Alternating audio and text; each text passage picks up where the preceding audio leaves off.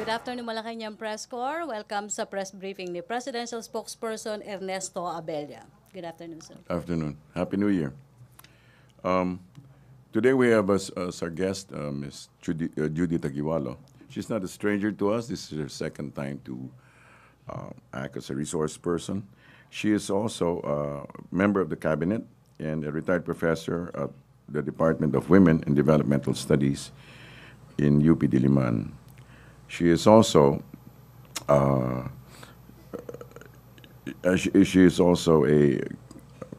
currently on top of the rescue operations of regarding the recent natural disasters. And so, without further ado, we'd like to call on Secretary Judy Taguiwalo. Please welcome Malacanang Press Corps, Ms. Judy Taguiwalo. Thank you, Spokesperson Abella. Magandang tanghali ho sa mga kagawad ng media. Pasensya na ho at talagang matraffic. Galing pa ho ako ng Quezon City. Nagagalak ako na nabigyan ng pagkakataon na makapag-ulat sa mamamayan pagkatapos ng Nina at pasara na rin yung taon. So ngayon ko lang natanto na sa Department of Social Welfare and Development, wala palang bakasyon.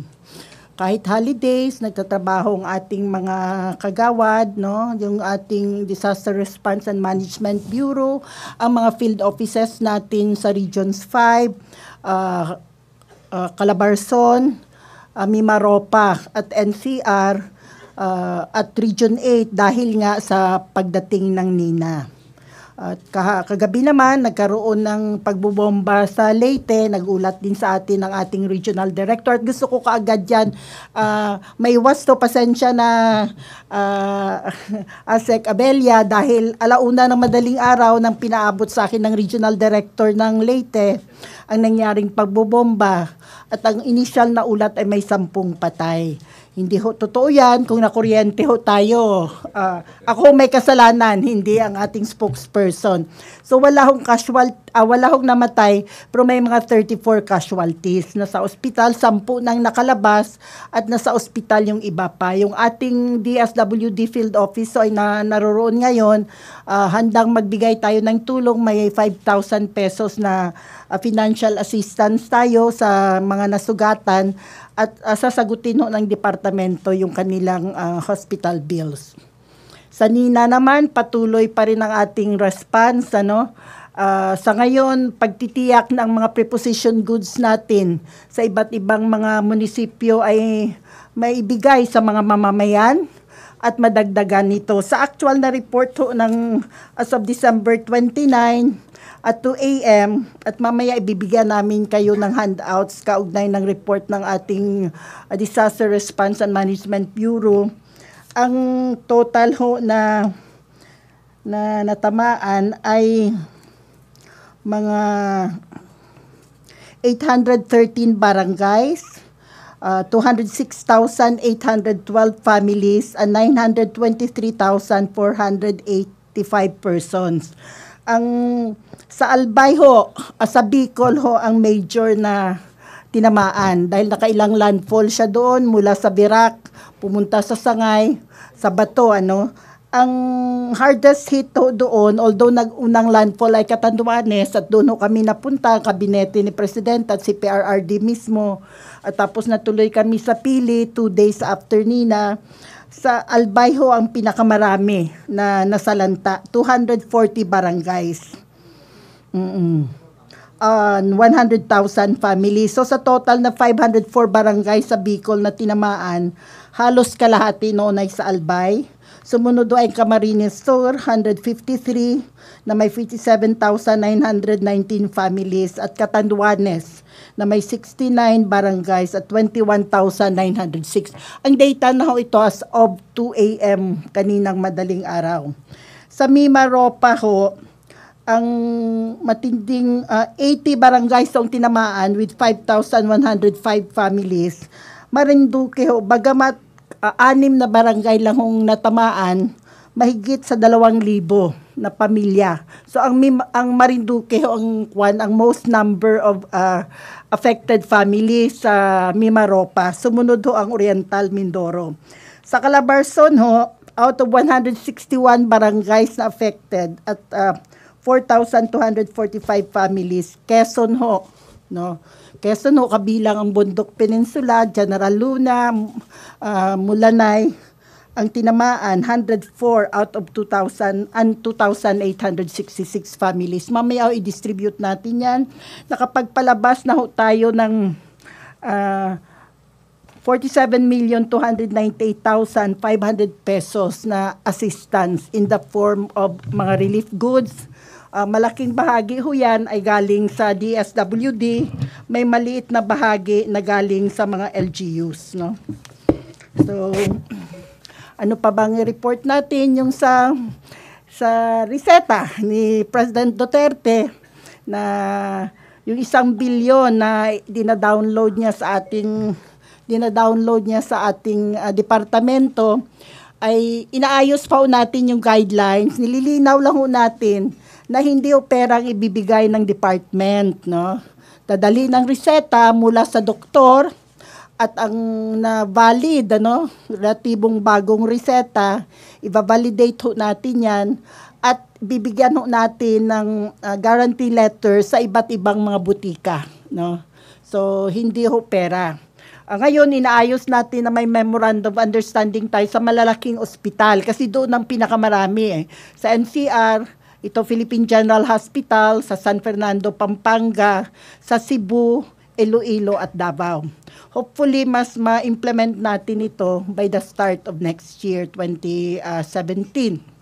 Kahit ngayon, hindi pa na-download sa department ang 1 billion na inumpisahan na ho natin ito. Kung may mga reseta ho na valid at indigent ho yung nangangailangan, hahanapan ho ang paraan ng department na maibigay ito dahil alam natin ang usapin ng gamot ay nagsispell out ng buhay o kamatayan lalo na sa mahihirap natin.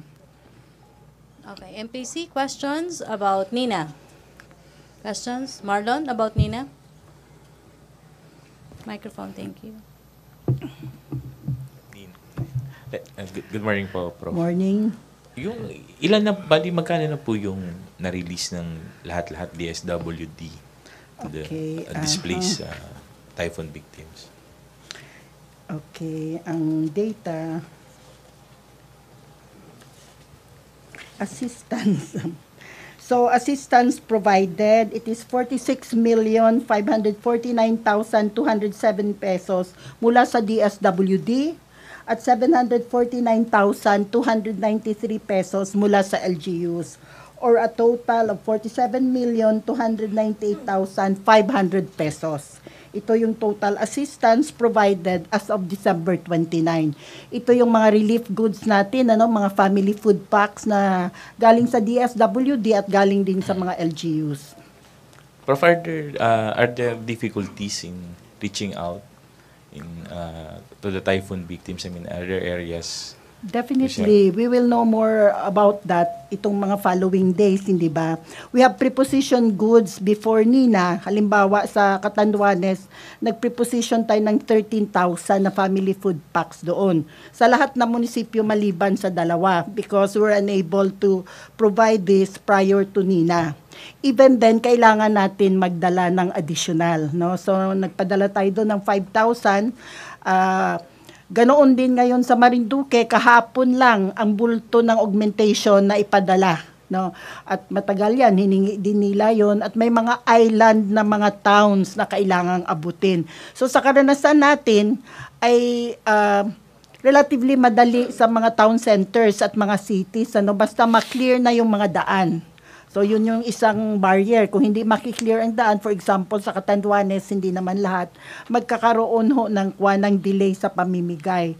Or masyadong geographically isolated, it will take time also. So doon tayo nagpapatulong sa mga kasamahan natin sa OCD kung kailangan mag-airlift tayo ng goods. But are there areas po na hindi pa napupuntahan ngayon ng government relief workers? ayun pang alamin natin kasi nangyari yun 25 na actually, 26 nag-umpisa na ang relief, 27, 28. So far ang kinukuha pa natin ang field reports, no. Pero ang on top naman ang natiyak natin na umpisa ng mga relief assistance mula sa field office sa Quezon, siyempre sa Bicol, Catanduanes, Camarines Sur, Albay. Pero hindi pa saturated at katulad ng sinasabi ko, nagre-rely tayo pangunahin na sa mga local government units kasi nasa kanila ang preposition goods. Augmentation ho ang trabaho natin bilang national agency.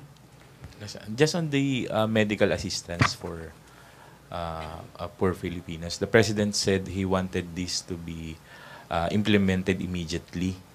So how are you going to go about that? Yeah, we are implementing it immediately. Meaning, kung may reseta na valid, na indigent, we find ways to provide that assistance mula sa existing funds namin. But the actual 1 billion pesos have not been downloaded to us, no? At you know naman, we have to come up with guidelines. Now, we have to come up with guidelines because this is still government money. We have to make sure na in line ito sa mga existing rules ng gobyerno. So, yun ang immediate, ginawa na natin, pero wala pa hong pera sa amin. Gayon pa man, nilinaw natin, pwede na ho maumpisahan, basta ho may reseta kayo at napunta kayo sa DSWD field office, tutulungan ho kayo na makuha ang gamot na ito. Hindi ho perang maibibigay namin sa inyo sa kagyat, but referral o kaya guarantee letters, no? Paano po yun, Prof? Paano yung guarantee letters na ibibigay? Usually may memorandum of understanding kami sa mga butika. So magbibigay kami ng guarantee letter, halimbawa sa isang drugstore, generic drugstore, ito ho, pakibigay yung gamot na ito, sasagutin ng immediately ho, kapag 5,000 pesos ang worth ng reseta or below, kaya ho namin ma-process yan kaagad. Pero beyond that, hindi, kailangan pa ng process, no? Maximum of 25,000, yun yung existing namin na guidelines ngayon. Okay. May question pa about Nina? Other issue na tayo. Nina? Chona? Thank you. Ma'am, just would like to know, ano pong laman ng relief packs? Usual pa rin po ba yung sardinas, NFA rice? O, yun pa rin. Although meron na tayong bago ngayon sa DOS, ready to eat na arroz caldo. Sinikap natin yan, tinry natin yan ito sa Batangas Port ng maraming mga na-stranded doon. So, ready to eat yun. Hindi yan kasama sa family food packs. Ang family food packs natin, 6 kilos of rice, 4 cans of sardines, 4 cans of corned beef, and 6 packs of energy drink or coffee. Okay. Jam? Of GMA 7. Clarification lang po dun sa medical assistance. You mentioned 25,000 yung maximum. Is that per person per year? Ano po ba yung... Ay, hindi naman. Ano po yung, ano yung 25,000? Basahin ko lang, mainit-init pa itong guidelines. No, kahapon lang namin na pinal ito. Based naman ito sa current guidelines natin sa medical assistance. So, ang range? Okay. The maximum allowable assistance that a social worker and or the authorized personnel may recommend is only up to 25,000 pesos. However, in extremely justifiable cases, the amount of assistance beyond 25,000 but not to exceed 75,000 may be granted subject to the approval of the Assistant Secretary for Protective Programs for DSWD Central Office or the Regional Director for DSWD Field Office. So 5,000 ang minimum, up to 25,000 kaya i-desisyon ng social worker sa field level. Beyond that, kailangan ng approval ng director ng field office. Tapos ma'am, yung any word po kung kailan daw mada-download sa office nyo yung 1 Basta billion. masubmit namin. Ito yung isang dahilan bakit ako na late.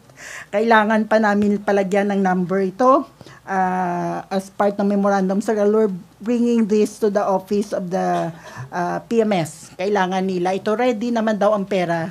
They waited for the proposal. At kahapon lang namin talaga na pinal sa isang meeting. Okay. Questions?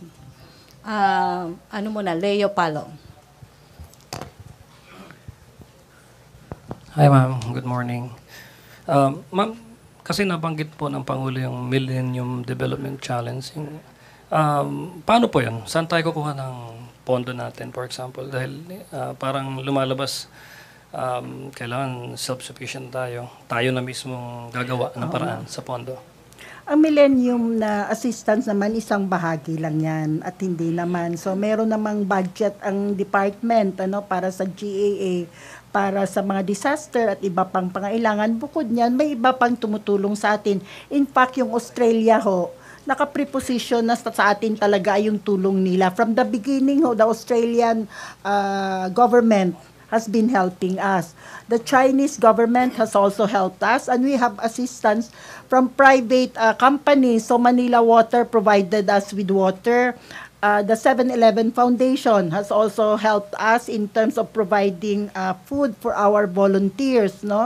Ang Metrobank Foundation is also assisting, and even there are so many offers from our local foundations. So tingin naman natin, although nalungkot tayo at hindi nila binigay, sa kalagayan na kailangan natin ng tulong, pero hindi naman tayo maninikluhod para ibigay yan. At nagpapasalamat tayo sa iba nating mga kaibigan na patuloy ang pagbigay ng tulong sa atin na walang kondisyon.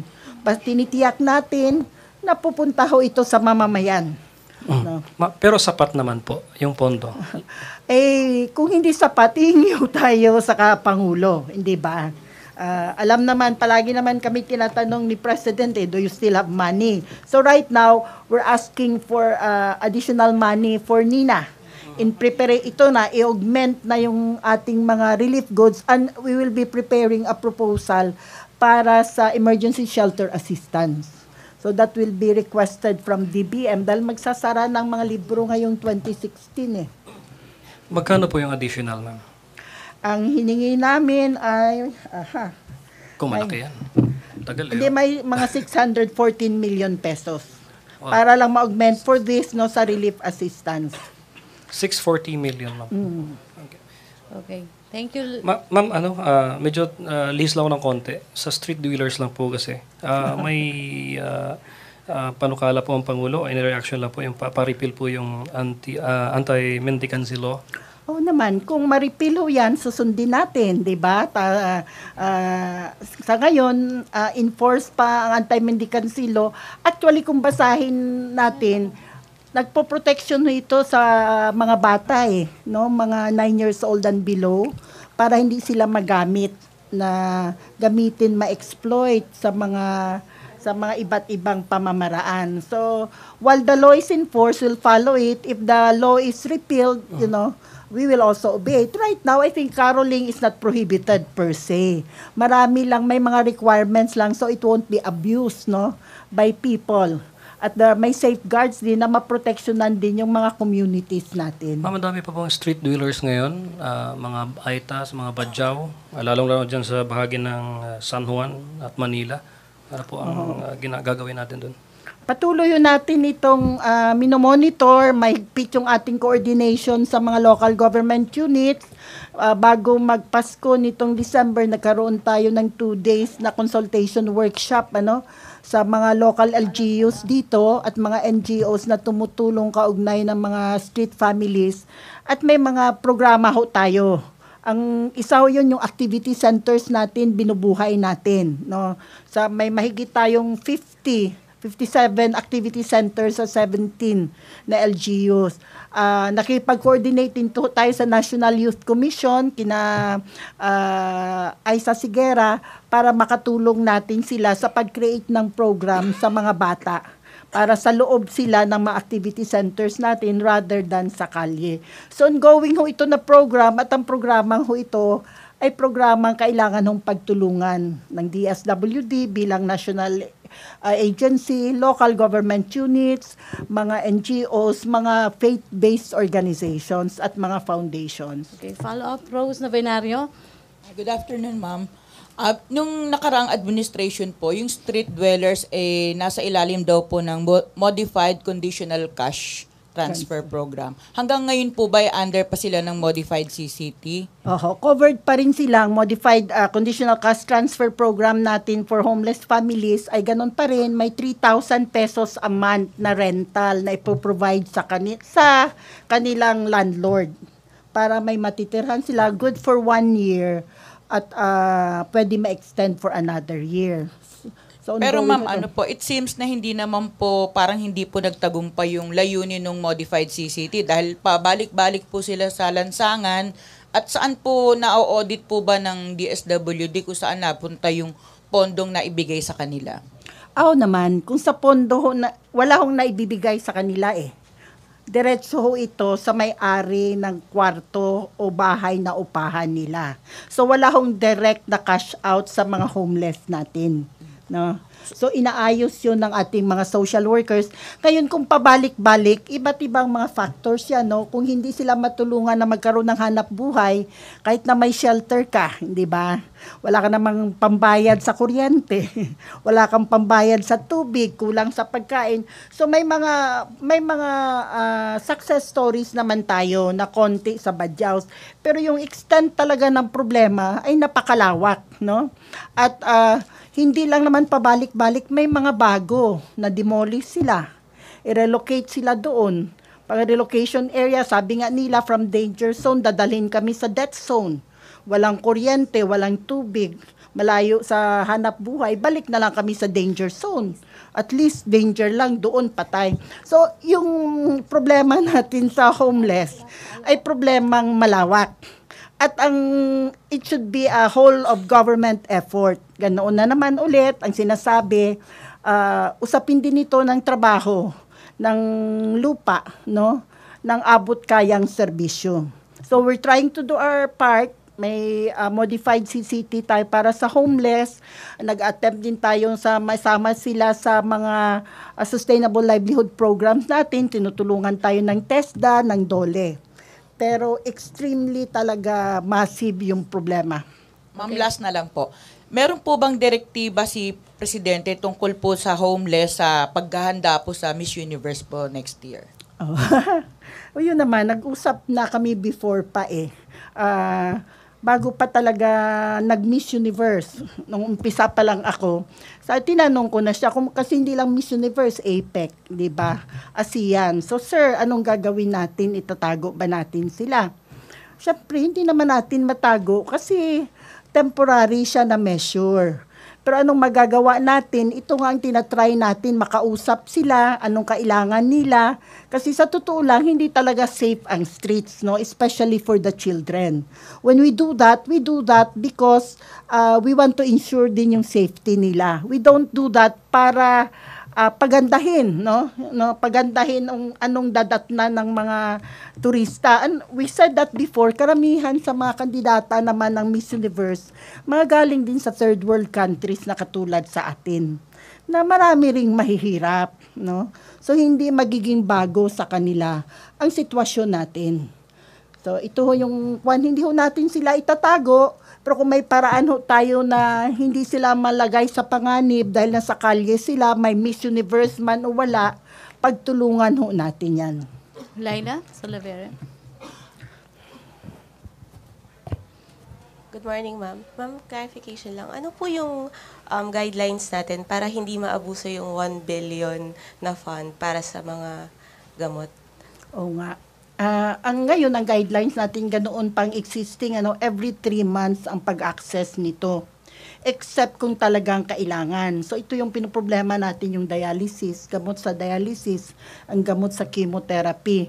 So ito yung ayusin natin kasi sa experience natin before the 1 billion, ang kalakhan ng mga humihingi ng tulong sa crisis intervention units natin o kaya sa assistance to individuals in crisis, medical assistance talaga.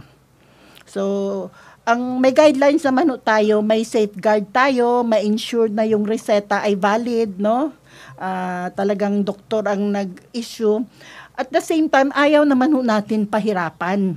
So, ang madali, okay, inisip namin na makipag-coordinate sa hospitals kasi alam natin maraming pasyente doon na sa charity na may mga reseta na hindi kayang bumili at na-assess na yan ng social welfare ng mga hospitals eh. So wala nang kailangan ng indigency. So we'll be coordinating with the social workers, for example, ng PGH, no? Para kung sino yung mga pasyente na kailangan ng gamot, matulungan na namin. At actually, I think ito ang isa sa mga dahilan bakit nag-download si President ng 1 billion. Because doctors of PGH requested him to assist our indigent patients. Okay, last question sa tayo or Vance Fernandez and then Dexter Ganibia. Yes, ma'am. Good afternoon. I'm here. Okay. Madam, ano pong may tutulong sa mga natitirang street dwellers sa mga kalsada kung meron man? Meron ho tayo ngayon, may hotline ho tayo, ibibigay namin sa inyo mamaya yung numbers. Ito para sa DSWD NCR. Meron ho tayong may 4-piece ho tayo at yun na nga yung modified CCT. Ibig sabihin, pwede sila makapag-avail ng tulong bukod sa 3,000 na rental, may assistance ho sa mga bata na nag-aaral. So it will amount, aside from 3,000, may mga 1,500 a month, no? Basta may mga anak na maliliit. Tapos meron din tayong efforts na ma-enroll sila sa PhilHealth para magkaroon ng health service. Pero ang pinakamatagalan would be jobs o capital, no, sa training. Ang hirap lang kasi kung minsan i-relocate dahil ang kanilang karaniwang trabaho ay pagtitinda. And that would require nandoon sila sa thickly populated na areas. Na dangerous din kasi yun din ang usually matraffic. Again, we coordinate with the local government units, no? So dito sa NCR, ang nag-work dito directly would be our National Capital Region at meron kaming mga street facilitators. Meron din kaming Twitter account para sa outreach kung kinakailangan. Okay, thank you, Vance. I'm sorry. Ma'am, are you aware of some of the NGOs or the LGUs na during this time of mga typhoon, meron silang nag-house to house sila para malaman kung sino po itong mga dapat bigyan ng kanilang mga tulong. Pero unlike na hindi naman daw po nila natatanggap. Kasi may lumapit po sa akin na isang tao na hindi nakalagay po ang pangalan nila, pero hindi po sila nakakatanggap. Nakatanggap po sila ng sulat pabalik na hindi sila nakatanggap ng ganong amount. What can the DSW do regarding this? Siyempre, kung sa LGUs yan, kay Secretary Mike Sueno, ito natin iulat, kasi under sa kanyang department ang supervision ng mga local government units. Sa bahagi naman natin, pwede rin maiulat kasi gusto natin matiyak, lalo na kung sa usapin ng bagyo, yung mga nasalanta na wala talagang resources ay dapat kagyat na mabigyan ng tulong. Sa kanila talaga ito. So, actually, hindi dapat mangyayari yon. Talagang labag na sa, hindi lang sa usapin ng kabutihang asa, labag na talaga sa pinakasimple lang na na pagmalasakit, na hindi naman sa iyo yan bakit hindi mo pa ibigay sa kanila na nangailangan. So I think malinaw na yan, pinapaabot natin, palagi kong pinapaabot, yung instruction sa amin ni President Duterte, maagap at mapagkalingang serbisyo, patas na pagtrato sa mga komunidad na hindi nangingilala ng kulay at serbisyong walang katiwalian. Ito yung basic guide sa amin sa pagbigay ng tulong sa ating mamamayan at umaasa kami ng mga local government units ay kaisa ng Pangulo at kaisa ng ating kabinete sa pagtitiyak na mapatupad ang mga gabay na ito. Okay, last question, Dexter Ganibia. Hi, Secretary. Magandang hapon. 3 puntos lang po. Balikan ko lang yung sa bombing. Kasama din po ba doon sa mga makakatanggap? Kasi kasabay din nung 9:30 kagabi doon sa Alyosan, may 7 din pong nasugatan. Saan? Sa Alyosan, Cotabato. Ay, basta ho, meron hong mga ganito, kaagad ho, hindi ko pa alam kasi yan eh, kaagad ho, pinapaabot natin sa field office natin. Ito ang bahagi ng programa natin na assistance to individuals in crisis. So, ang usual assistance natin yan ay pagtulong sa kanila sa hospital, no, yung may immediate cash assistance tayo at pagtulong sa kanila sa hospital bills including sa point of care na PhilHealth at katuwang naman natin yan ng Department of Health si Secretary Obial. Pangalawa po, ma'am, ano pong masasabi ng kagawaran doon sa ginawa ng Manila City Social Welfare Office na paghahakot ng mga street dwellers at dinala sa Boys Town? May insidente kahapon na may mga tumakas. Ang binabanggit is hinahakot daw sila para dun sa paghahanda sa Miss Universe. A week from now. Napanood naman natin yan sa TV at ang May basbas po ba ang DSWD Central Office? Autonomous naman ang local government unit. So, call yan ng local government unit, At mahalaga siguro na makapag-usap kami kasi may mga similar naman kung social workers, lahat ito, may mga basic principles kami na sinusunod. Kaugnay ng pagtrato sa mga mamamayan natin, lalo na yung mga bata. Ano yung kanilang maasahan. So kung may basbas, hindi ho nila kailangan ng basbas mula sa amin. Dahil kanila yon na constituency. So yun ho ang aking masasabi. Hindi ho kami ang nag-ipon sa mga tao na yon, sa mga kabataan, sa mga pamilya para dalhin sa Boys Town. Nalungkot tayo na may mga tumakas, no? Ibig sabihin, hindi naging maayos ang pagpaliwanag bakit sila dinala doon. So nakakalungkot dahil Paskong Pasko nga. Hindi po ba ito, tawag dito, taliwas doon sa kagustuhan ng Pangulo na wag na silang alisin sa mga streets, hayaan lang sila? Ang Pangulo may general na paglilinaw, hindi ba? Ang sinasabi niya naman, ang mga local government units, hindi yan directly under sa kanya. Although may oversight functions kami. So, tingin ko, ang mahalaga, mas makausap natin ang mga local government units para makapagpalitan tayo ng kuro-kuro at talagang makapagtulungan na kinikilala ang pangangailangan na maayos ang pagtrato natin sa mamamayan, kabilang na yung mahihirap, lalo na yung mahihirap. Ang huli na lang po, Secretary, doon sa 1 billion para sa reseta, may mga target na po ba kayo kung anong mga anong mga butika o anong mga drugstore yung magkakaroon kayo ng Memorandum of Understanding? Kung sa mga drugstores, wala pa. Pero kung sa usapin ng mga hospital na initial, kasi 1,000, University of the Philippines, PGH sa Manila, Jose Bilinga General Hospital sa Pampanga, mataas ang poverty incidence sa Central Luzon, Western Visayas Medical Center sa Iloilo City, Vicente Soto Memorial Medical Center sa Cebu, Southern Philippines Medical Center sa Davao, at Davao Regional Hospital sa Tagum. Ito yung initial, batay doon sa pondo. At titingnan natin yung karanasan natin kung paano talaga ito nakakatulong at gaano kakasya ang pera ito. Tingin namin, kulang ito, pero maganda na naumpisa. Okay, thank you, Secretary Judy Taguiwalo, Presidential Spokesperson Ernesto Abelda. Thank you, sir. Yes. Morning. A bit of good news. 95% of Pinoys greet New Year with hope. The SWS survey taken from December 3 to 6 found that 95% of adult Filipinos have said they're entering 2017 with hope rather than fear, which is up from 92% last year. The survey was based on face-to-face interviews with about 1,500 adults 18 years old and above.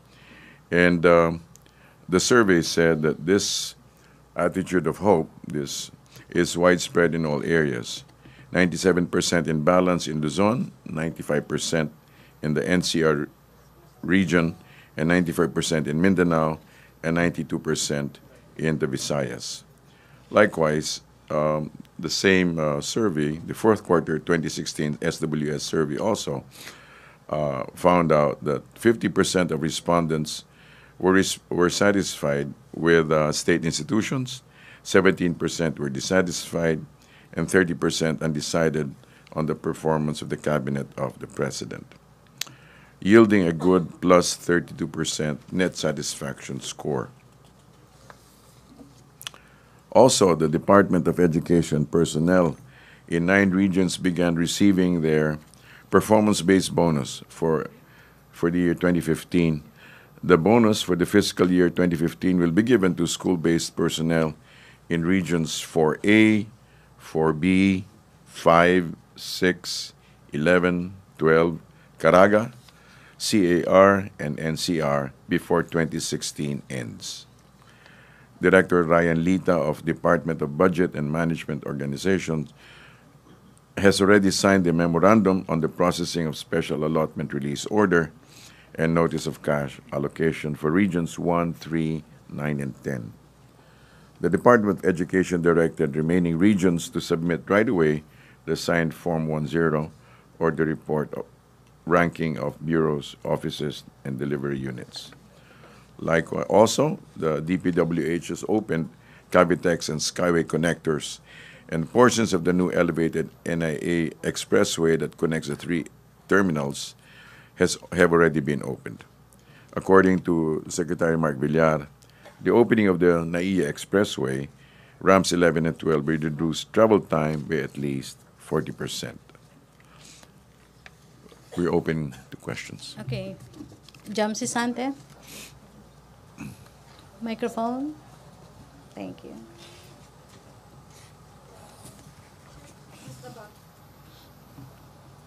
About the SWS survey, Yes.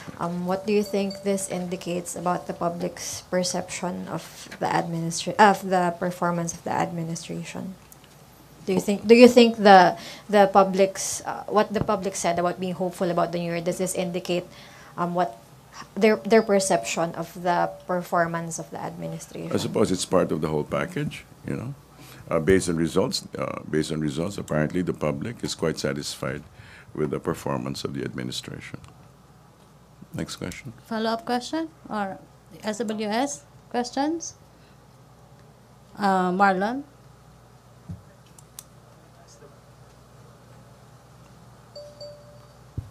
Has the palace been briefed about the separate bombings in Cotabato and Leyte? What I'm sure they have heard about it. I don't, but we don't have any reports regarding specifics. Do you have any statement on that? Is it related to terrorism or another? They're all under investigation right now. But let me see. Regarding the IEDs, no? No, they're all under investigation right now. Although most of them are, they're all under investigation. But should the public be alarmed by these incidents because it happened less than a week after the bombing in Midsayap? It's an area of concern, but not alarm. Okay. Not alarming. Not alarming. Why, sir? Why so? Simply because, first and foremost, there have been nobody has made actual claims regarding the responsibility. Has not taken responsibility for those explosions. So we cannot pinpoint any specific area of or person responsible. Sir, the Vice President Robredo issued a statement today saying that the President's threat of declaring martial law should not be taken as a laughing matter. Nobody's laughing. Nobody's laughing about it. Yeah. But, last time, sir, you mentioned that the president would impose martial law only when it is needed to protect and preserve the safety of the people. With these recent incidents of bombing, yes, does Malacanang see a need for no, president to consider? At this stage, there are no indications regarding that matter. These are all being considered. For example, the situation in Ilongos Leyte, these are not areas that have really been subject to threats like bombings. So, that's exactly why it's all under investigation right now. But these are not indicators of indicators that that the context is being set up for, let's say, declaration of martial law, for example. No. Sir, just regarding the bonuses, sir. Yes. In all his visits to the police and military camps, Yes. President Duterte repeatedly said that he would double the basic salaries of soldiers and policemen. Yes. We're only about two days away before, 3 days away na before 2017 starts. I'm sure the president has serious intentions of fulfilling his word. However, he also has to work within certain structures. So I'm sure the process is being the process is being followed. But as we speak, as of today, has it been implemented? As far as I know, not yet. As far as I know. Thank you, Marlon. Dexter Ganibe, to be followed by Sweden.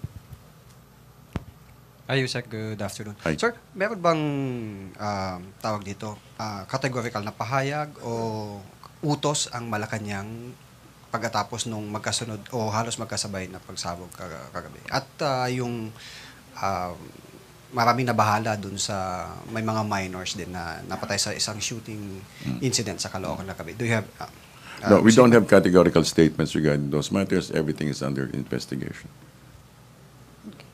Sweden? Good afternoon, Yusek. Yes, ma'am. Sir, as reported earlier, there are more than 30 casualties from the Leyte blast. Does the President have any plan of visiting the casualties in Leyte, sir? We don't have the schedules right now, but I'm sure eventually he will.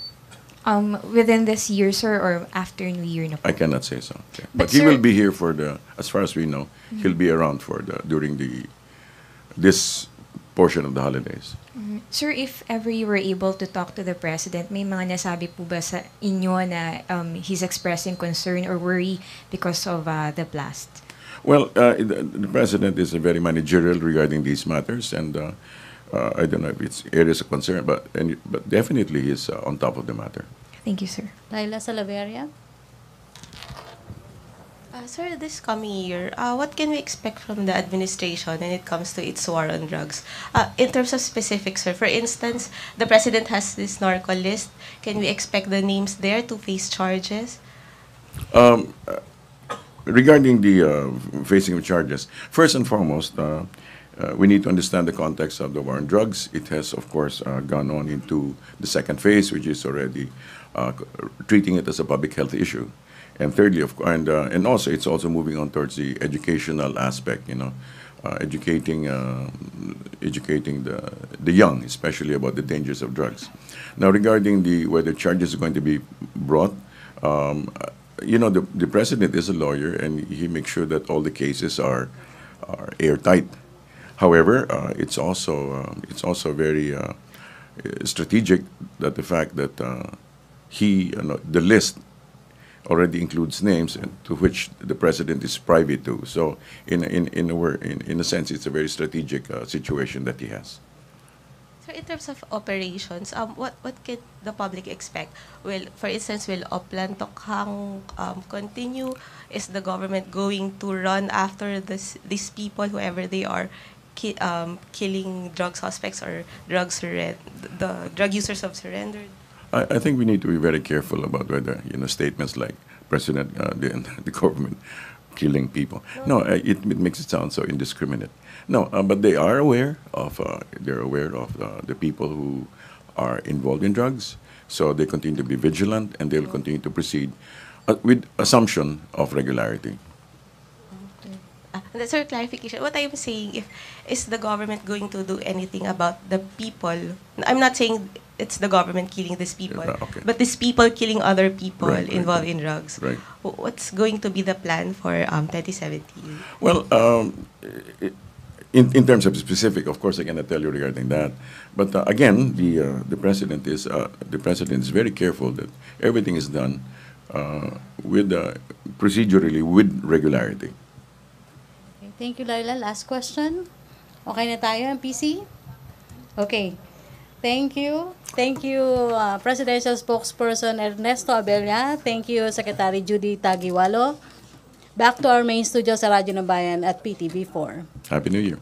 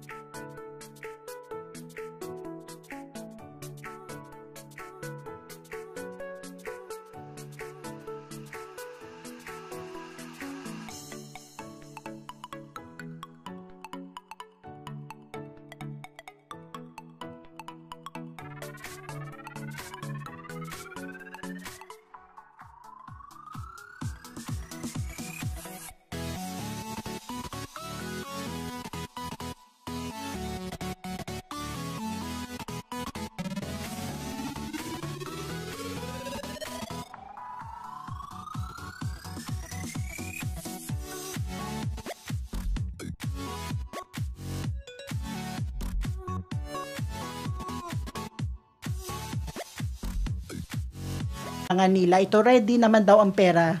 They waited for the proposal at kahapon lang namin talaga napinal sa isang meeting. Okay. Questions? Ano muna? Leo Palo. Hi ma'am, good morning. Ma'am, kasi nabanggit po ng Pangulo yung Millennium Development Challenge. Paano po yan? Saan tayo kukuha ng pondo natin, for example? Dahil parang lumalabas, kailangan self-sufficient tayo. Tayo na mismo gagawa ng paraan sa pondo. Ang Millennium na assistance naman, isang bahagi lang yan at hindi naman. So meron namang budget ang department para sa GAA, para sa mga disaster at iba pang pangailangan. Bukod niyan, may iba pang tumutulong sa atin. In fact, yung Australia naka-preposition na sa atin talaga yung tulong nila. From the beginning, the Australian government has been helping us. The Chinese government has also helped us, and we have assistance from private companies. So Manila Water provided us with water. The 7-Eleven Foundation has also helped us in terms of providing food for our volunteers.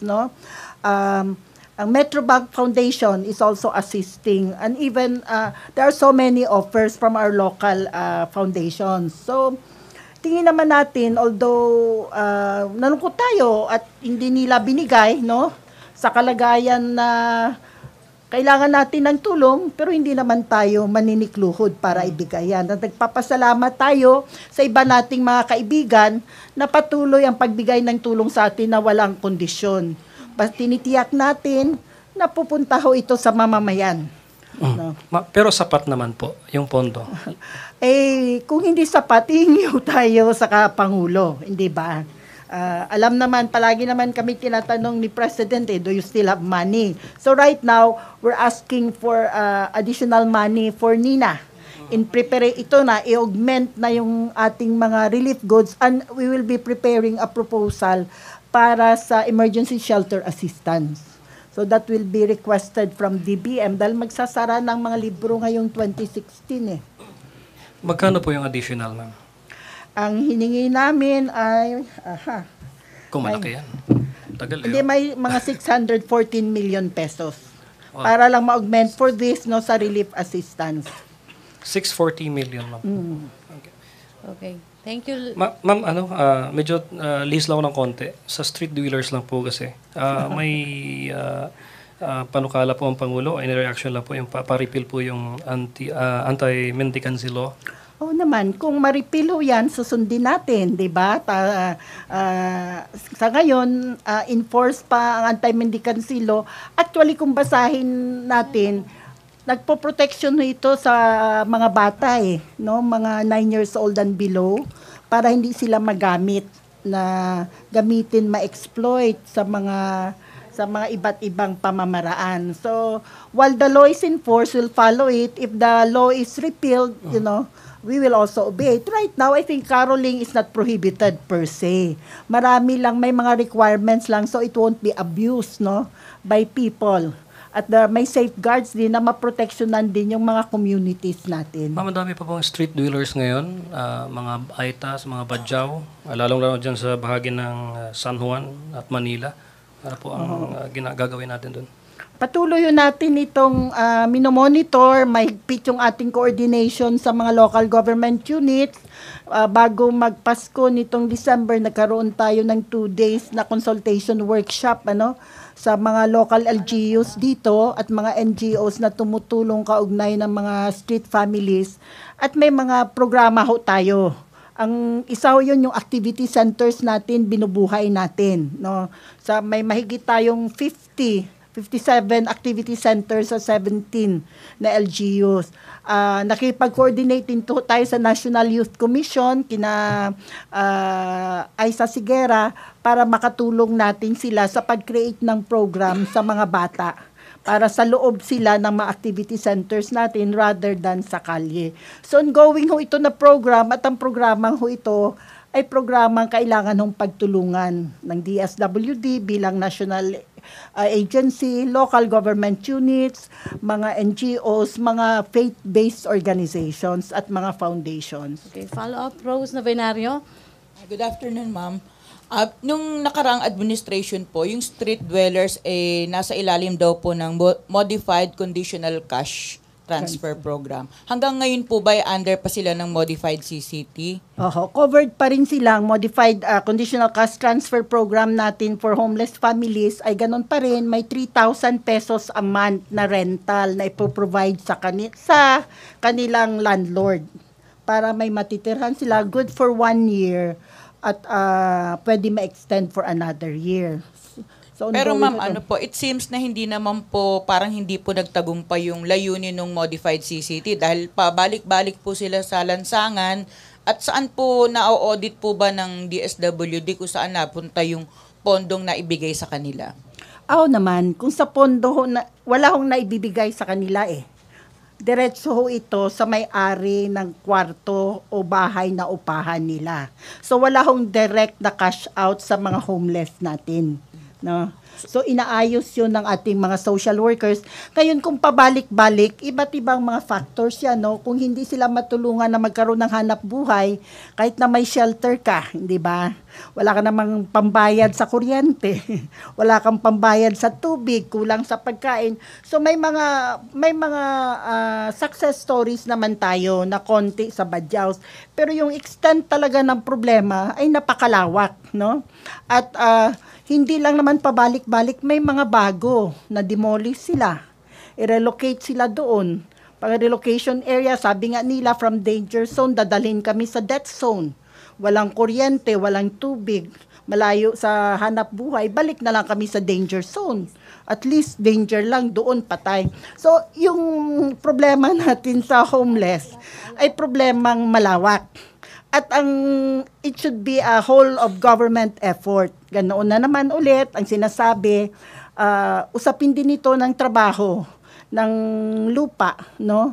Ng abot kayang serbisyo. So we're trying to do our part. May modified CCT tayo para sa homeless. Nag-attempt din tayo sa masama sila sa mga sustainable livelihood programs natin. Tinutulungan tayo ng TESDA, ng DOLE. Pero extremely talaga massive yung problema. Ma'am, last na lang po. Meron po bang direktiba si Presidente tungkol po sa homeless sa paghahanda po sa Miss Universe po next year?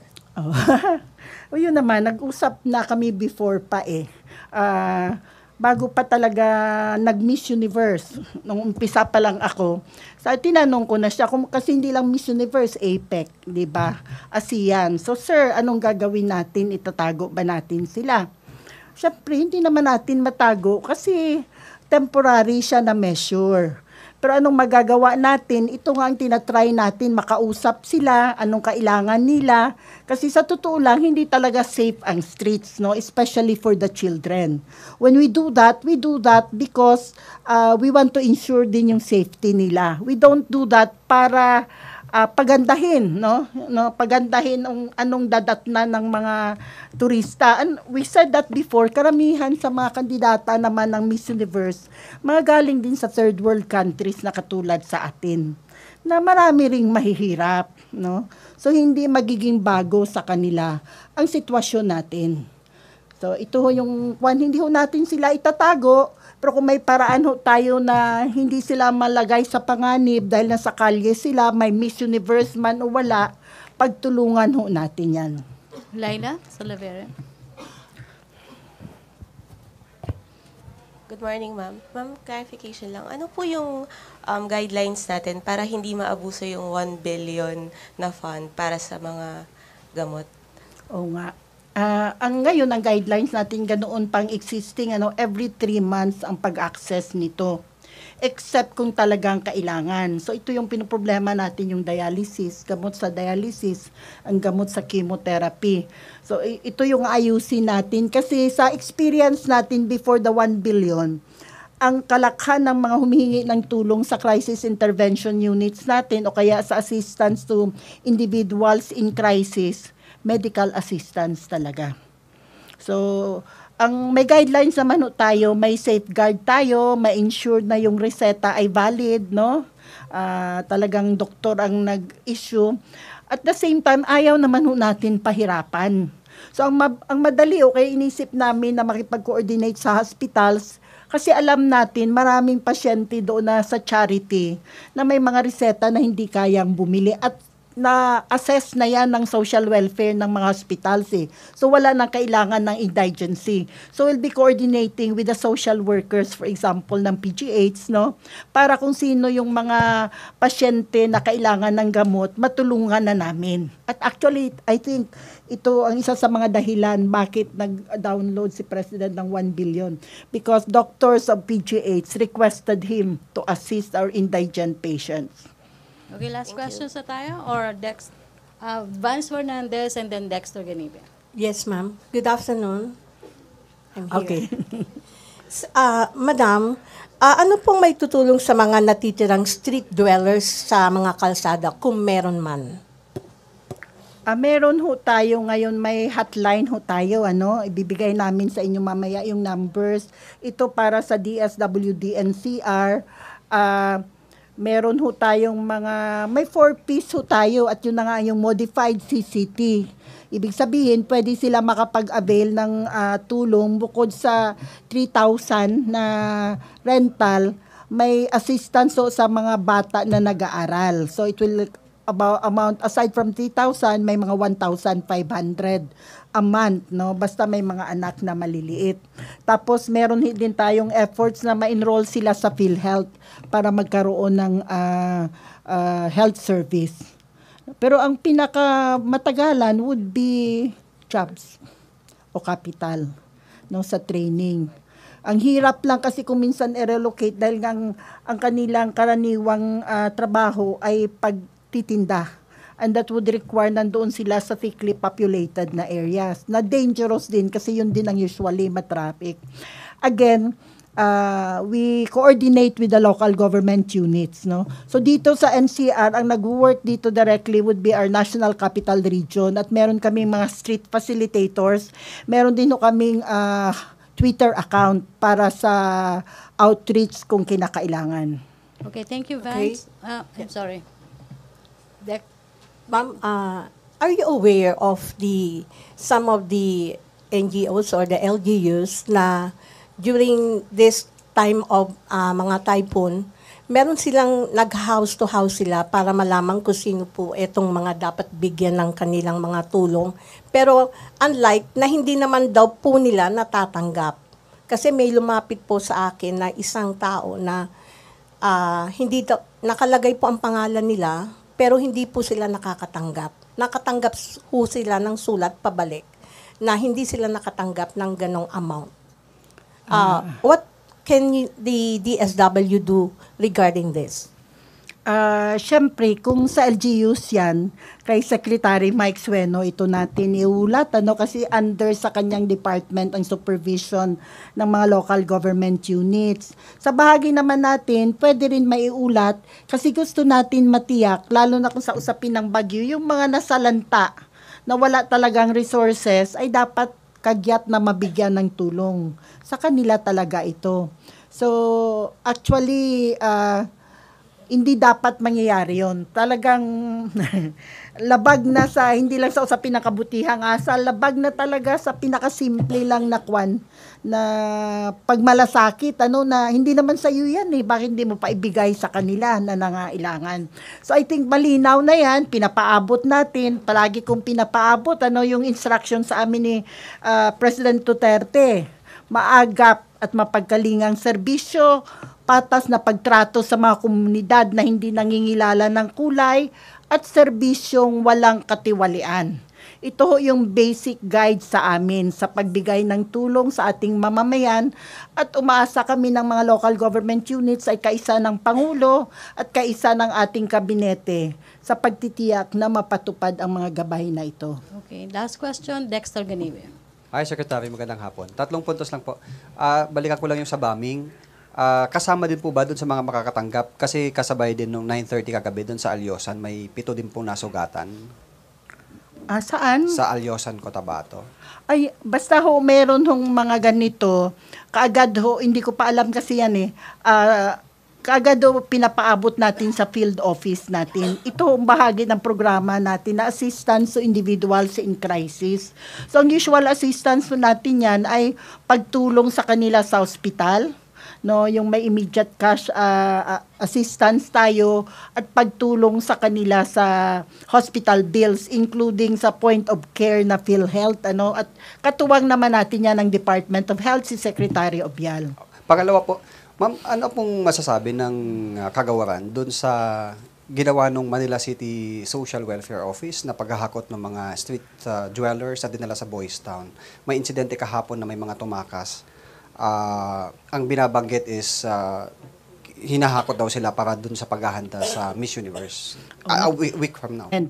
Na maibigay ito dahil alam natin ang usapin ng gamot ay nagsispell out ng buhay o kamatayan lalo na sa mahihirap natin. Okay, MPC, questions about Nina? Questions? Marlon, about Nina? Microphone, thank you. Good morning po, Prof. Morning. Yung magkano na po yung na-release ng lahat-lahat DSWD to the displaced typhoon victims? Okay, ang data assistance. So assistance provided, it is 46,549,207 pesos mula sa DSWD at 749,293 pesos mula sa LGUs, or a total of 47,298,500 pesos. Ito yung total assistance provided as of December 29.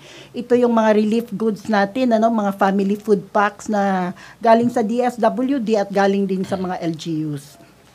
Prof, are there difficulties in reaching out to the typhoon victims? I mean, are there areas? Definitely. We will know more about that itong mga following days, hindi ba?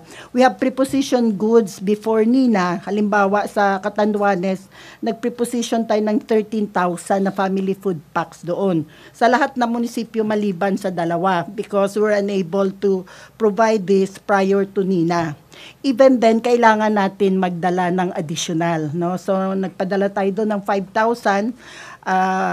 Ganoon din ngayon sa Marinduque, kahapon lang ang bulto ng augmentation na ipadala. At matagal yan, hiningi din nila yun. At may mga island na mga towns na kailangang abutin. So, sa karanasan natin ay relatively madali sa mga town centers at mga cities. Basta ma-clear na yung mga daan. So, yun yung isang barrier. Kung hindi makiklear ang daan, for example, sa Catanduanes, hindi naman lahat, magkakaroon ng delay sa pamimigay. Or, masyadong geographically isolated, it will take time also. So doon tayo nagpapatulong sa mga kasamahan natin sa OCD kung kailangan mag-airlift tayo ng goods. But are there areas po na hindi pa napupuntahan ngayon ng government relief workers? Ayun pang alamin natin kasi nangyari yun 25 na actually, 26 nag-umpisa na ang relief, 27, 28. So far ang kinukuha pa natin ang field reports, no. Pero ang on top naman ang natiyak natin na umpisa ng relief assistance mula sa field office sa Quezon, siyempre sa Bicol, Catanduanes, Camarines Sur, Albay. Pero hindi pa saturated at katulad ng sinasabi ko, nagre-rely tayo pangunahin na sa mga local government units kasi nasa kanila ang preposition goods. Augmentation ho ang trabaho natin bilang national agency. Just on the medical assistance for poor Filipinas, the President said he wanted this to be implemented immediately. So how are you going to go about that? We are implementing it immediately, meaning kung may reseta na valid na indigent, we find ways to provide that assistance mula sa existing funds namin. But the actual 1 billion pesos have not been downloaded to us, no? At naman, we have to come up with guidelines. Now, we have to come up with guidelines because this is still government money. We have to make sure na in line ito sa mga existing rules ng gobyerno. So, yun ang immediate, ginawa na natin, pero wala pa hong pera sa amin. Gayon pa man, nilinaw natin, pwede na maumpisahan, basta may reseta kayo at napunta kayo sa DSWD field office, tutulungan ho kayo na makuha ang gamot na ito. Hindi ho perang maibibigay namin sa inyo sa kagyat, but referral o kaya guarantee letters, no? Paano po yun, Prof? Paano yung guarantee letters na ibibigay? Usually may memorandum of understanding kami sa mga butika. So magbibigay kami ng guarantee letter, halimbawa sa isang drugstore, generic drugstore, ito ho, pakibigay yung gamot na ito, sasagutin ng immediately ho, kapag 5,000 pesos ang worth ng reseta or below, kaya ho namin ma-process yan kaagad. Pero beyond that, hindi kailangan pa ng process, no? Maximum of 25,000, yun yung existing namin na guidelines ngayon. Okay. May question pa about Nina? Other issue na tayo. Nina? Chona? Thank you. Ma'am, just would like to know, ano pong laman ng relief packs? Usual pa rin po ba yung sardinas, NFA rice? Yun pa rin. Although meron na tayong bago ngayon sa DOS, ready to eat na arroz caldo. Sinikap natin yan, tinry natin yan nito sa Batangas Port ng maraming mga na-stranded doon. So, ready to eat yun. Hindi yan kasama sa family food packs. Ang family food packs natin, 6 kilos of rice, 4 cans of sardines, 4 cans of corned beef, and 6 packs of energy drink or coffee. Okay. Jam? Of GMA 7. Clarification lang po dun sa medical assistance. You mentioned 25,000 yung maximum. Is that per person per year? Ano po ba yung... Ay, hindi naman. Ano po yung, ano yung 25,000? Basahin ko lang, mainit-init pa itong guidelines. No, kahapon lang namin na pinal ito. Based naman ito sa current guidelines natin sa medical assistance. So, ang range? Okay. The maximum allowable assistance that a social worker and or the authorized personnel may recommend is only up to 25,000 pesos. However, in extremely justifiable cases, the amount of assistance beyond 25,000 but not to exceed 75,000 may be granted subject to the approval of the Assistant Secretary for Protective Programs for DSWD Central Office or the Regional Director for DSWD Field Office. So 5,000 ang minimum, up to 25,000 kaya i-desisyon ng social worker sa field level. Beyond that, kailangan ng approval director ng field office. Tapos ma'am, yung any word po kung kailan daw mada-download sa office niyo yung 1 Basta billion. masubmit namin. Ito yung isang dahilan bakit ako na late. Kailangan pa namin palagyan ng number ito as part ng memorandum. Sir, we're bringing this to the office of the PMS. Kailangan.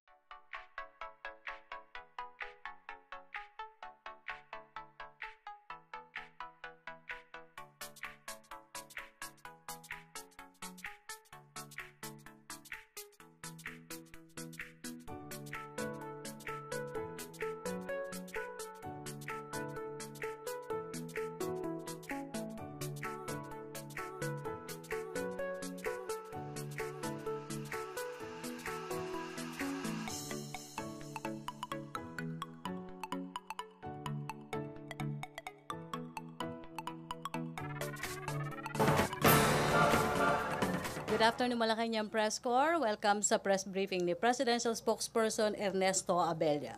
Good afternoon, sir. Afternoon. Happy New Year. Today we have as our guest Ms. Judy Tagiwalo. She's not a stranger to us. This is her second time to act as a resource person. She is also a member of the cabinet and a retired professor at the Department of Women and Developmental Studies in UP Diliman. She is also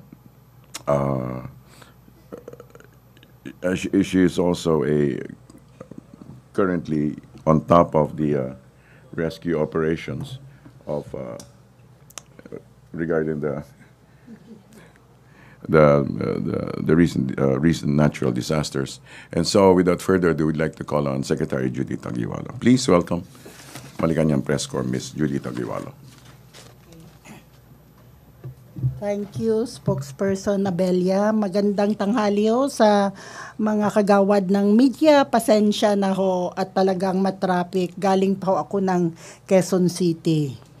Nagagalak ako na nabigyan ng pagkakataon na makapag-ulat sa mamamayan pagkatapos ng Nina at pasara na rin yung taon. So ngayon ko lang natanto na sa Department of Social Welfare and Development, wala palang bakasyon. Kahit holidays, nagtatrabaho ang ating mga kagawad, no? Yung ating Disaster Response and Management Bureau, ang mga field offices natin sa Regions 5, Calabarzon, Mimaropa at NCR, at Region 8 dahil nga sa pagdating ng Nina. At kagabi naman, nagkaroon ng pagbubomba sa Leyte. Nagulat din sa atin ang ating regional director. At gusto ko kaagad yan, may wasto, pasensya na Asek Abella, dahil alauna ng madaling araw nang pinaabot sa akin ng regional director ng Leyte ang nangyaring pagbubomba. At ang initial na ulat ay may 10 patay. Hindi ho totoo yan kung nakuryente ho tayo. Ako may kasalanan, hindi ang ating spokesperson. So wala hong namatay, pero may mga 34 casualties. Nasa ospital, 10 nang nakalabas at nasa ospital yung iba pa. Yung ating DSWD field office ay naroroon ngayon, handang magbigay tayo ng tulong. May 5,000 pesos na financial assistance tayo sa mga nasugatan at sasagutin ho ng departamento yung kanilang hospital bills. Sa Nina naman, patuloy pa rin ang ating response. Sa ngayon, pagtitiyak ng mga preposition goods natin sa iba't ibang mga munisipyo ay maibigay sa mga mamamayan at madagdagan nito. Sa actual na report ho ng as of December 29, at 2 a.m. at mamaya ibibigyan namin kayo ng handouts kaugnay ng report ng ating Disaster Response and Management Bureau. Ang total ho na natamaan ay mga 813 barangays, 206,812 families, and 923,485 persons. Sa Albay ho, sa Bicol ho, ang major na tinamaan dahil nakailang landfall siya doon mula sa Virac, pumunta sa Sangay, sa Bato, ang hardest hit doon, although nag-unang landfall ay Catanduanes at doon kami napunta, kabinete ni Presidente at si PRRD mismo. At tapos natuloy kami sa Pili 2 days after nina. Sa Albay ho ang pinakamarami na nasalanta, 240 barangays. 100,000 families. So sa total na 504 barangays sa Bicol na tinamaan, halos kalahati noon ay sa Albay. Sumunod ay Camarines Sur, 153 na may 57,919 families at Catanduanes na may 69 barangays at 21,906. Ang data na ho ito as of 2 a.m. kaninang madaling araw. Sa Mimaropa ho, ang matinding 80 barangays ang tinamaan with 5,105 families. Marinduque ho, bagamat 6 na barangay lang hong natamaan, mahigit sa 2,000 na pamilya. So ang Marinduque ho, ang most number of affected families sa Mimaropa. Sumunod ho ang Oriental Mindoro. Sa Calabarzon ho, out of 161 barangays na affected at 4,245 families. Quezon ho, no? Quezon ho, kabilang ang Bundok Peninsula, General Luna, Mulanay, ang tinamaan, 104 out of 2,000 and 2,866 families. Mamaya i-distribute natin yan. Nakapagpalabas na ho tayo ng 47,298,500 pesos na assistance in the form of mga relief goods. Malaking bahagi ho yan ay galing sa DSWD, may maliit na bahagi na galing sa mga LGUs. No? So, ano pa bang i-report natin yung sa reseta ni President Duterte na yung 1 bilyon na dina-download niya sa ating departamento ay inaayos pa ho natin yung guidelines. Nililinaw lang ho natin na hindi o perang ibibigay ng department, no? Dadali ng reseta mula sa doktor at ang na valid, relatibong bagong reseta, i-validate ho natin yan at bibigyan ho natin ng guarantee letter sa iba't ibang mga butika, no? So hindi ho pera. Ngayon, inaayos natin na may memorandum of understanding tayo sa malalaking ospital kasi doon ang pinakamarami. Sa NCR, ito Philippine General Hospital, sa San Fernando, Pampanga, sa Cebu, Iloilo at Davao. Hopefully, mas ma-implement natin ito by the start of next year, 2017. Kahit ngayon, hindi pa na-download sa department ang 1 billion na inumpisahan na ho natin ito. Kung may mga reseta ho na valid at indigent ho yung nangangailangan, hahanapan ho ang paraan ng department. Napanood naman natin yan sa TV at ang may basbas po ba ang DSWD Central Office? Autonomous naman ang local government unit. So, call yan ng local government unit, At mahalaga siguro na makapag-usap kami kasi may mga similar naman kung social workers, lahat ito, may mga basic principles kami na sinusunod. Kaugnay ng pagtrato sa mga mamamayan natin, lalo na yung mga bata. Ano yung kanilang maasahan. So kung may basbas, hindi ho nila kailangan ng basbas mula sa amin dahil kanila yon na constituency. So yun ho ang aking masasabi. Hindi ho kami ang nag-ipon sa mga tao na yon, sa mga kabataan, sa mga pamilya para dalhin sa Boys Town. Nalungkot tayo na may mga tumakas, no? Ibig sabihin, hindi naging maayos ang pagpaliwanag bakit sila dinala doon. So nakakalungkot dahil Pasko nga. Hindi po ba ito, tawag dito, taliwas doon sa kagustuhan ng Pangulo na huwag na silang alisin sa mga streets, hayaan lang sila? Ang Pangulo may general na paglilinaw, hindi ba? Ang sinasabi niya naman, ang mga local government units, hindi yan directly under sa kanya. Although may oversight functions kami.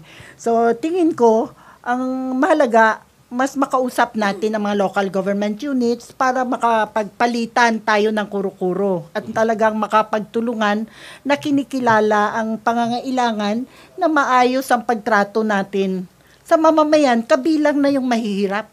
Lalo na yung mahihirap. Ang huli na lang po, Secretary, doon sa 1 billion para sa reseta, may mga target na po ba kayo kung anong mga anong mga butika o anong mga drugstore yung magkakaroon kayo ng Memorandum of Understanding?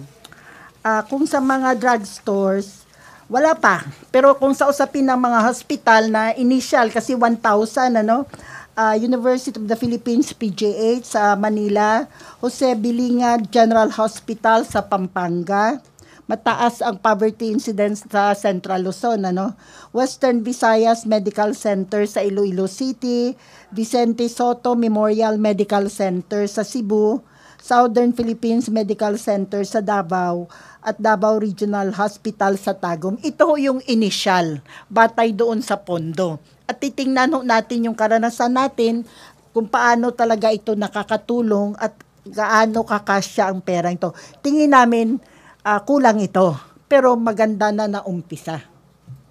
Okay, thank you, Secretary Judy Tagiwalo, Presidential Spokesperson Ernesto Abella. Thank you, sir. Yes. Morning. A bit of good news. 95% of Pinoys greet New Year with hope. The SWS survey taken from December 3 to 6 found that 95% of adult Filipinos have said they're entering 2017 with hope rather than fear, which is up from 92% last year. The survey was based on face-to-face interviews with about 1,500 adults 18 years old and above, and the survey said that this attitude of hope, this is widespread in all areas. 97% in balance in Luzon, 95% in the NCR region, and 94% in Mindanao, and 92% in the Visayas. Likewise, the same survey, the fourth quarter 2016 SWS survey also found out that 50% of respondents were satisfied with state institutions, 17% were dissatisfied, and 30% undecided on the performance of the cabinet of the president, yielding a good plus 32% net satisfaction score. Also, the Department of Education personnel in 9 regions began receiving their performance-based bonus for the year 2015.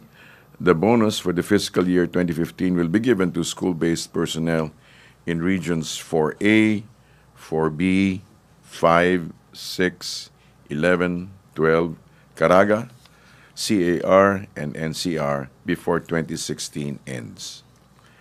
Director Ryan Lita of Department of Budget and Management Organizations has already signed the memorandum on the processing of special allotment release order and notice of cash allocation for regions 1, 3, 9, and 10.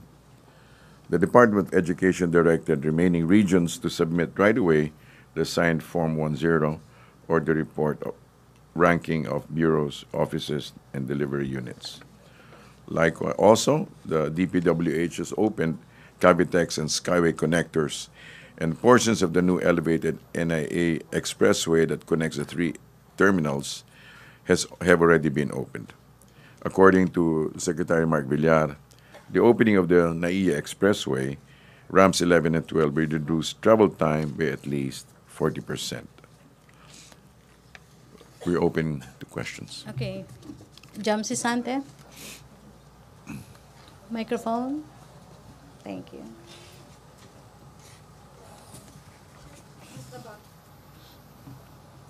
About the SWS survey, Yes. what do you think this indicates about the public's perception of the performance of the administration?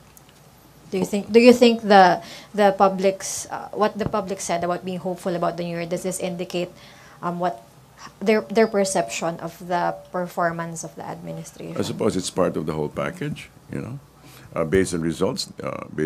Apparently the public is quite satisfied with the performance of the administration. Next question. Follow-up question or SWS questions? Marlon?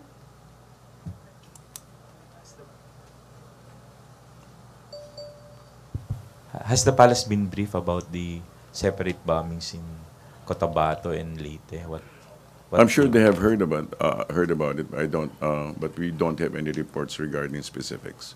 Do you have any statement on that? Is it related to terrorism or another? They're all under investigation right now. But let me see. Regarding the IEDs, no?